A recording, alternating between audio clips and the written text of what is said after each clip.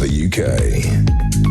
On DAB+, on YouTube, on your mobile, and on your side. This is Talk. Welcome back to the All-Nighter. It is, of course, an election special with me, Mike Graham, and I'm with you all the way through until 4 o'clock. We should be seeing a few big names falling by the wayside between now and then. Peter Cardwell's here with us. Roger Gewolb joins us as well. Peter, it looks as though, as we just said before the break there, that Gillian Keegan might be the first sort of proper cabinet casualty.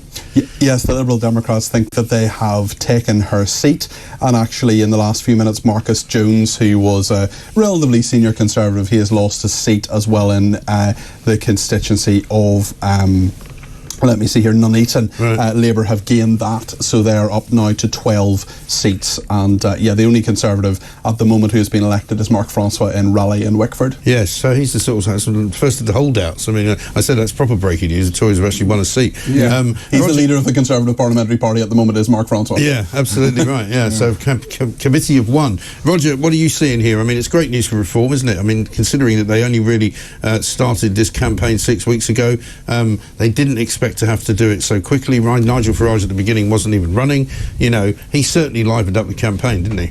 Absolutely. And considering also, Mike, that in the last week they've been the subject of black ops, dirty tricks, I don't know exactly what. Right.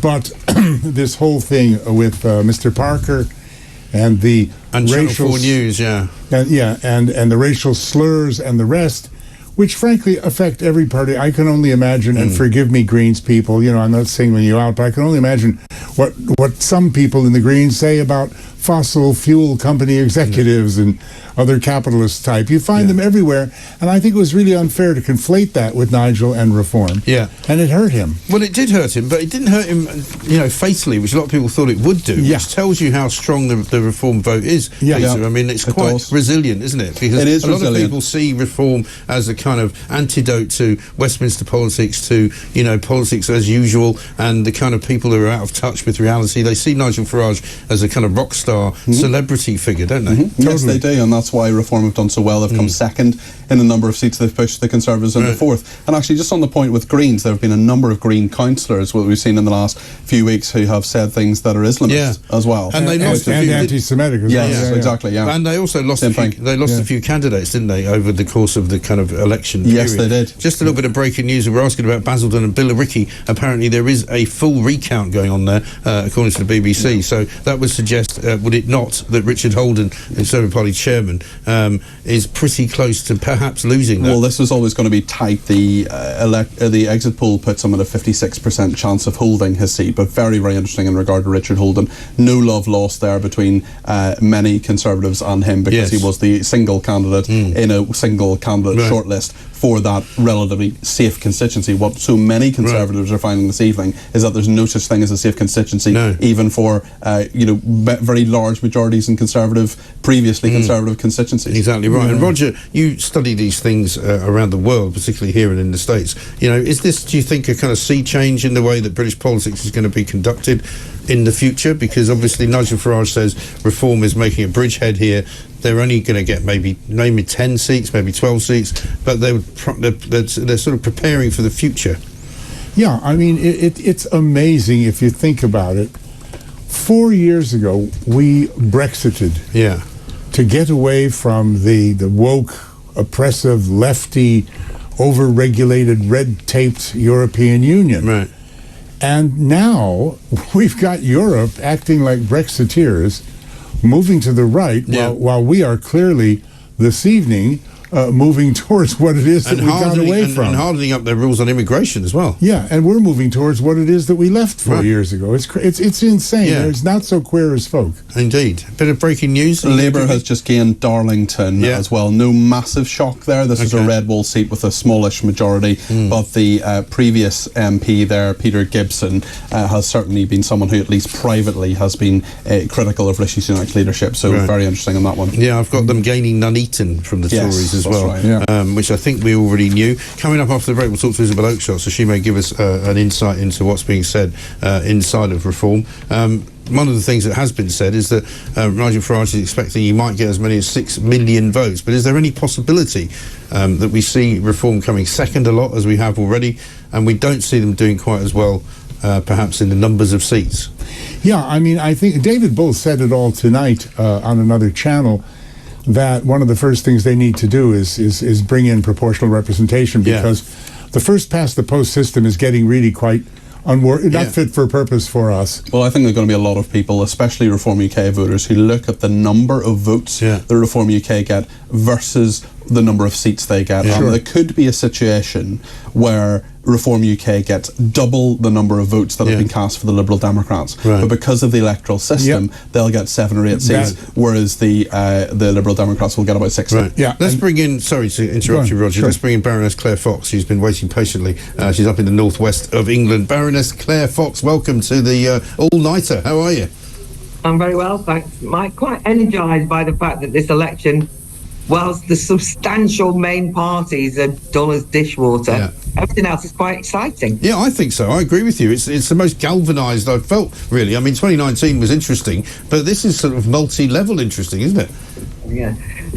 One of the things that's funny, I'm flicking between channels, I'm listening to you and all the rest of it. Yeah. But one of the things that's really interesting about the kind of mainstream channels is they're kind of in a state of shock that populism is popular. I know. You know it's what I mean? amazing, It's never dawned on them. Everyone's kind of like, oh, there seems to be some interest in the populist party. Yeah, and they've been talking Reform down for the last 4 weeks. They've been saying, oh, they probably won't win any seats. I said this to Nigel Farage, we had him on the other day. I said, first of all, you weren't going to run. Then they said you weren't going to get a seat, because you never do. Then they said you might win 1 seat. Then they said you might win 3 seats. Now it looks like 13.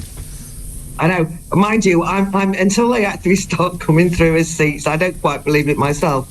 But one thing I think, you were talking about Nigel Farage is a bit of a rock star, and I know that's true, but I actually think that the voters are kind of quite canny on this. You know, they want to change politics in a different way. They want political realignment, the same kind of political realignment they wanted in 2019 and in 2016. And Reform is the vehicle for it. You know, it's not just that people are like, Nigel Farage, and I'm not going to be critical or anything. They know how to exert their agency in these things. You know, this is a statement of saying the Labour Party are not good enough, we don't trust them.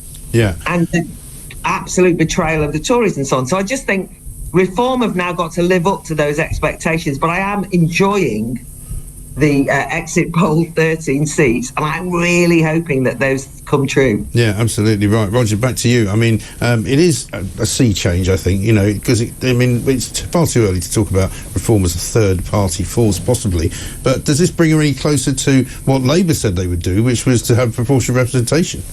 Yeah, I mean, because... they won't want to do it now, will they?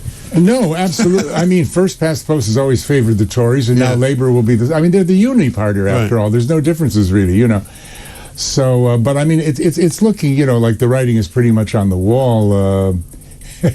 I heard that I heard that President Joe Biden, has sent a transatlantic cable, whatever the heck that is, already congratulating and saying, congratulations on your win, and good luck in the first 100 days, Mr. Churchill. Yeah, I'm sure that's right. Yeah, absolutely. So, Peter, what do you make of the sort of the first step? Because Reform will say this, and we'll probably hear them saying it a little bit later on in this show.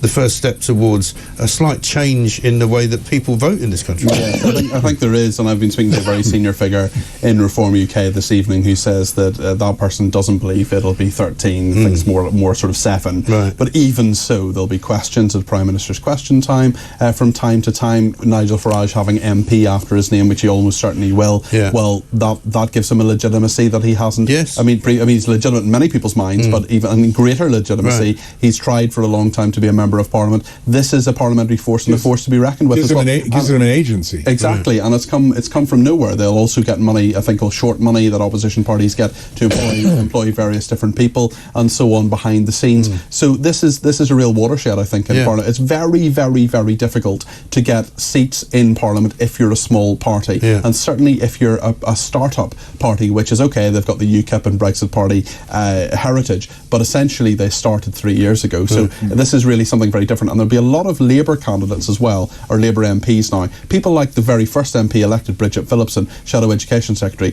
The Reform came second to her, only about 8,000 between them off the top of my head, and people like her will be saying behind the scenes to Keir Starmer, you see these people, they're a threat to us. In the next election, or maybe the election after that, they'll be even more of a challenge. So we need to think about the people who vote for them, and it's not just former Conservatives who vote for Reform UK, it's former Labour, it's former Leave, lots of different people, and that threat to Labour in the longer term needs to be thought about now. Of course. Claire, back to you. How do you think the House of Lords is going to welcome Mr Farage into the Palace of Westminster?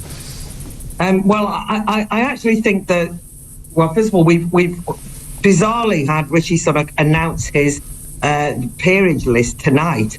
So there's some very peculiar people on that. So the Lords is going to be drowning out with even more peers. I mean, God knows there's too many of us as it is.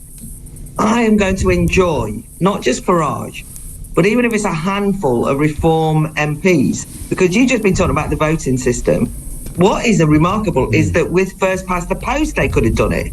And there's a kind of snobbishness about Reform that really is vile, kind of sneering, you know. It's terrible, isn't somehow, it? You know, it's like the voters, it's all a bit unsavoury. And all I can say is, if you want a kind of earthquake, you're going to have to put up with these MPs are going to come in and say unpalatable populist things. And I do know that in the House of Lords, when I say things like that, there's a whole range of people who just really despise their nose. I know. Absolutely. I enjoy it so much, winding them up, right? No, of course. So you can imagine having a load of Reform MPs up the corridor, but Reform will have to also grow up. And Nigel has said he's going to do this, so just to say, it's got to become a democratic party. It's got to have local groups. It's got to professionalise itself. But it's not just Reform. It's the mood of the voters that is significant. Claire, we've got to run. Lib Dems have gained...